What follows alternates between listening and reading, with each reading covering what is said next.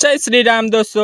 સવારના 7 વાગ્યા હતા અને હું આવી જાઉં છું મારા લોડર જોડે પાણીની બોટલ ભરાવીને નીકળી જઈએ છીએ આજની લોકેશન તરફ, જ્યાં ભરવાનો હોય છે એક ફેરો રેત। ડ્રાઈવર પણ જોડે આવી જાય છે તો ચાલુ કરી દઈએ છીએ પહેલો ફેરો રેતનો ભરવાનો। જોડે લઈ જવાની હતી 6 થેલી સિમેન્ટ, તો તે નાખીએ છીએ લોડરમાંથી ઉઠાવીને ટ્રોલીમાં। તો આ પહેલું ટ્રેક્ટર થઈ જાય છે ફૂલ, બીજું ટ્રેક્ટર આવી જાય છે પાવડો ભરાવીને।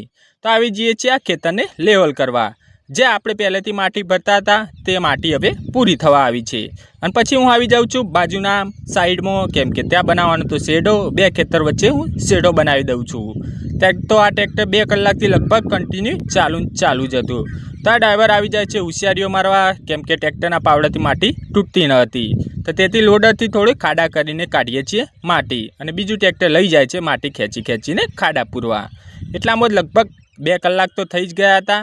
અને આ ટ્રેક્ટર આવી જાય છે માટી ભરવા માટે, તો હું આવી જાઉં છું માટી ભરવા માટે।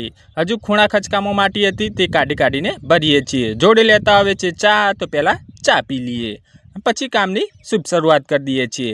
ફરીથી લગભગ 10:30 થઈ ગયા હતા અને આ ટ્રેક્ટર માટી ભરાઈ ગઈ હતી।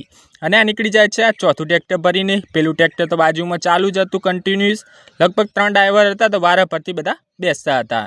એટલામાં આવી જાય છે આ છેલ્લું ટ્રેક્ટર માટી ભરવા માટે કે હવે માટી પૂરી થઈ જાય છે, એટલે મારું કામકાજ પણ પૂરું થઈ જાય છે। ડ્રાઈવર મૂકે છે તે ટ્રેક્ટર સાઈડમાં અને હું નીકળી જાઉં છું ઘરે।